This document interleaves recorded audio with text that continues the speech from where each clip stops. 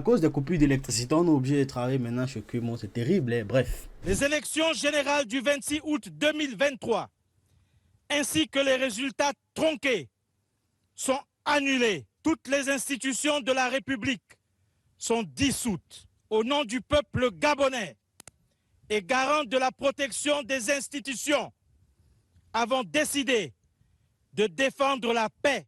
Ce matin, en me réveillant, j'apprends que le peuple gabonais jubile à cause d'un coup d'État dans le pays. C'est de ça dont on va parler dans cette vidéo.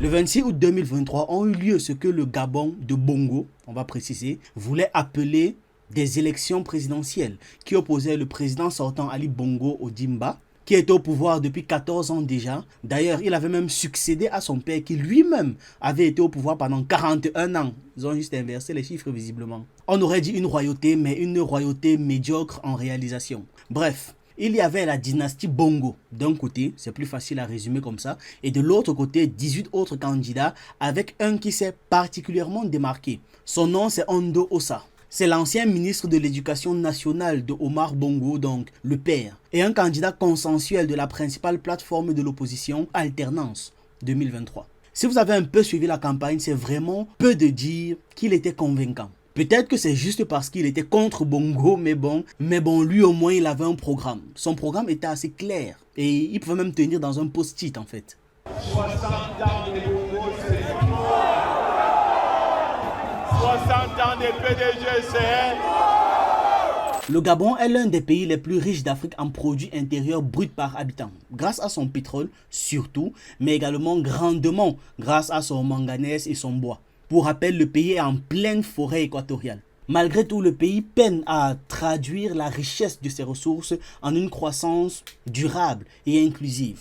Et un tiers, près de 32,9%, donc plus d'un tiers de ses habitants vivent sous le seuil de la pauvreté. Ça, c'est une déclaration de la Banque mondiale en avril 2023. Chiffre que je n'aurais aucun mal à remettre en question, mais faute de sources internes, on va partir sur ça. Admettons, partons sur le principe que c'est vrai. Il a été recensé au Gabon une population de 2 388 992 habitants en 2022. Ce qui fait près de 800 000 personnes qui souffrent grandement alors que le pays a largement de quoi nourrir tout le monde tout en maintenant les riches riches. Donc vous voyez, ça ne va même pas impacter ni la bouche, ni le frigo, ni le ventre des personnes qui ont déjà l'argent s'ils songeaient à un tout petit peu à partager avec la population.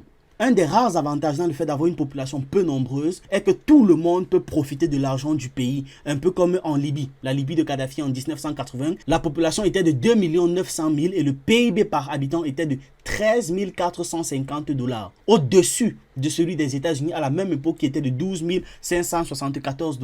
Donc techniquement, le Gabon a la position parfaite pour être le leader de la sous-région de la Centrafrique ou de l'Afrique centrale, si on va dire ça comme ça. Mais rien, absolument rien n'est fait pour la population. Les ressources du pays sont exploitées par des multinationales occidentales, mais surtout françaises.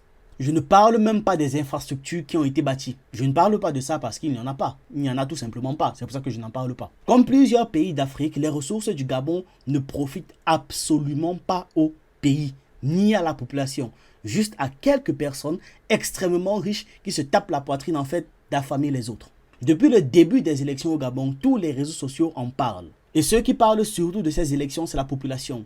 C'était le signe qu'ils étaient très impliqués dans celles-ci et étaient déterminés à défendre leur vote. Mais comme nous sommes dans une certaine partie du monde, avec les réalités qu'on connaît, le déroulement du scrutin n'était pas honnête et plusieurs anomalies ont été reportées par les Gabonais. Les bureaux de vote n'avaient même pas encore été fermés, donc ça c'était même pas encore bouclé, qu'il y avait déjà pléthore d'accusations de fraude qui ont été dénoncées un peu de partout. Certains bureaux seraient même restés fermés, donc les gens n'ont pas pu voter. Et l'opposition assure que plusieurs bureaux de vote manquaient de bulletins au nom de Ondo Ossa. Sans parler de certains candidats à la présidence qui se sont officiellement désistés, donc ils ont officiellement abandonné et ont appelé à voter Ondo Ossa. Les bulletins au nom de ces candidats qui ont abandonné étaient malgré tout disponibles au moment du vote et ceux de Ondo Ossa, comme par hasard, n'étaient pas là. Ça avait disparu, parti. Ces élections se sont déroulées sans observateurs. Aucun journaliste étranger même aussi n'a reçu les autorisations demandées ou n'a été autorisé à entrer au Gabon pour couvrir l'événement. Parlant de la diaspora gabonaise, au Maroc, des étudiants gabonais qui voulaient assister au dépouillement des bulletins ont été expulsés violemment par la police marocaine, alors que selon le code pénal électoral, le dépouillement doit être public.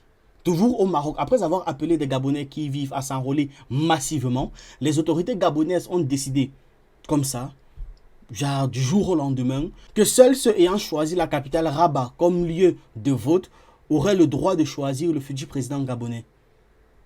Où est le rapport? Je ne comprends pas. Suite à ça, une pétition a été lancée contre l'ambassadeur gabonais au Maroc demandant sa démission. La moitié des bureaux de vote à l'étranger ont disparu. Rendez-vous compte qu'en 2016, il y avait 30 bureaux à l'étranger. Il ne reste que 15 ou 16 cette année. Dans de nombreux pays comme le Canada, le Burkina Faso, le Ghana ou encore l'Allemagne, la diaspora ne pouvait pas voter, tout simplement. D'ailleurs, l'ambassade gabonaise au Ghana a été déplacée au moment du dépouillement, selon certains Gabonais sur les lieux. Arrivé sur les 10 lieux, le gardien des lieux nous fait comprendre que nous devons déguerpir tout simplement parce que nous ne sommes pas chez nous. Mais pourtant, nous voyons le drapeau gabonais implanté dans la cour. Monsieur Didjombo ne fait rien d'autre qu'affirmer ce que le gardien a eu à nous dire. Il dit, vous devez tout simplement déguerpir parce que la localisation du consulat gabonais a changé. En une nuit, nous avons assisté à la délocalisation d'un consulat. En une nuit. Alors on ne peut pas citer tous les problèmes qu'il y a eu derrière cette élection, mais rien qu'avec ça, vous pouvez déjà vous rendre compte d'à quel point ces élections étaient contestées, étaient refusées, et le résultat encore plus. En réponse à tous ces événements, le ministre de la Communication, Rodrigue Mbumba, a annoncé que le gouvernement instaurait un couvre-feu de 19h à 6h du matin à compter de dimanche et l'obligation de demander une autorisation 3 jours avant d'organiser toute réunion ou encore toute manifestation. Internet a également été suspendu jusqu'à nouvel ordre et sur toute l'étendue du territoire. Donc c'est grave, soi-disant au nom de l'intérêt supérieur de la nation, de la nécessité de parer aux appels à la violence et aux fausses informations sur les réseaux sociaux. Ils ont aussi ajouté le fait de vouloir prévenir tout débordement et assurer la sécurité des populations. On connaît la chanson. Certains opposants ont même été arrêtés. La routine quoi. Ça devrait nous choquer, mais c'est devenu une habitude, c'est devenu normal. Ce n'est pas censé être normal. Il y a aussi la diffusion des médias français RFI et France 24 qui a été suspendue samedi de façon provisoire. Mais je pense même que ça devrait rester comme ça définitivement. Ils n'ont même plus à laisser les antennes là continuer de diffuser. Alors, petite note, cette suspension n'est pas un coup contre la France, pas du tout. C'est d'ailleurs pour ça que l'Élysée n'a pas gueulé. Ou peut-être qu'ils sont trop occupés avec le Niger. Après tout ça, ce matin donc, quand l'organe chargé des élections a dit que c'est Ali Bongo le vainqueur avec 64,27% des voix, des militaires ont annoncé sur la chaîne nationale Gabon 24 mettre fin au régime en place au Gabon. Ça fait donc le 5e coup d'État en 3 ans en Afrique après le Niger, le Mali, la Guinée-Bissau, le Burkina Faso. Le Gabon est le nouveau dans la liste. Mais ne nous prêtons pas vite à la joie, avant d'être joyeux de fêter et tout ça là. Et surtout, avant de soutenir ces hommes en tenue, attendons et observons leurs actions et écoutons leurs discours. Nous ne connaissons pas pour le moment leur obédience.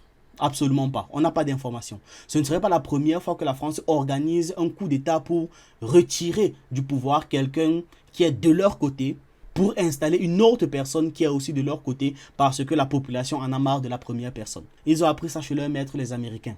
La population gabonaise était clairement énervée contre le régime Bongo et un énième mandat d'Ali Bongo aurait peut-être pu déclencher des réactions en chaîne que le pays n'aurait pas pu contenir, ou même peut-être toute la sous-région. Qu'est-ce qu'on en sait? Dans ce genre de circonstances, on remplace juste le pion par un autre pion et les tensions baissent. C'est connu. Ensuite, nous ne devons pas oublier la tentative de prise du pouvoir par les militaires lorsque Ali Bongo a eu son AVC. L'heure a sonné. Le jour tant attendu est arrivé. Ce jour où l'armée a décidé de se mettre aux côtés de son peuple afin de sauver le Gabon du chaos. Dans quelques heures, nous mettrons en place un Conseil national de la restauration après consultation de toutes les forces vives de la nation afin d'assurer la continuité de l'État et garantir au peuple gabonais une transition démocratique. Ils ont juste eu le temps de faire leur déclaration à la télévision, puis plus rien. Plus rien, ils ont disparu. Le président est tranquillement rentré au pays et les choses ont continué leur cours. Alors, peuple gabonais, le peuple noir tout entier vous observe et vous apporte son soutien. Vous êtes arrivé à ce moment de votre histoire où votre détermination est mise à rude épreuve. Union, travail, justice. Que les ancêtres vous guident.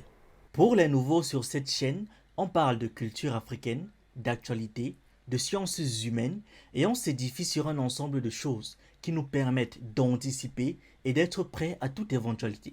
Je vous encourage donc à vous abonner, à liker cette vidéo, et à la partager en statut WhatsApp, sur Facebook, sur Instagram ou même ailleurs. C'est totalement gratuit et ça fait toujours plaisir.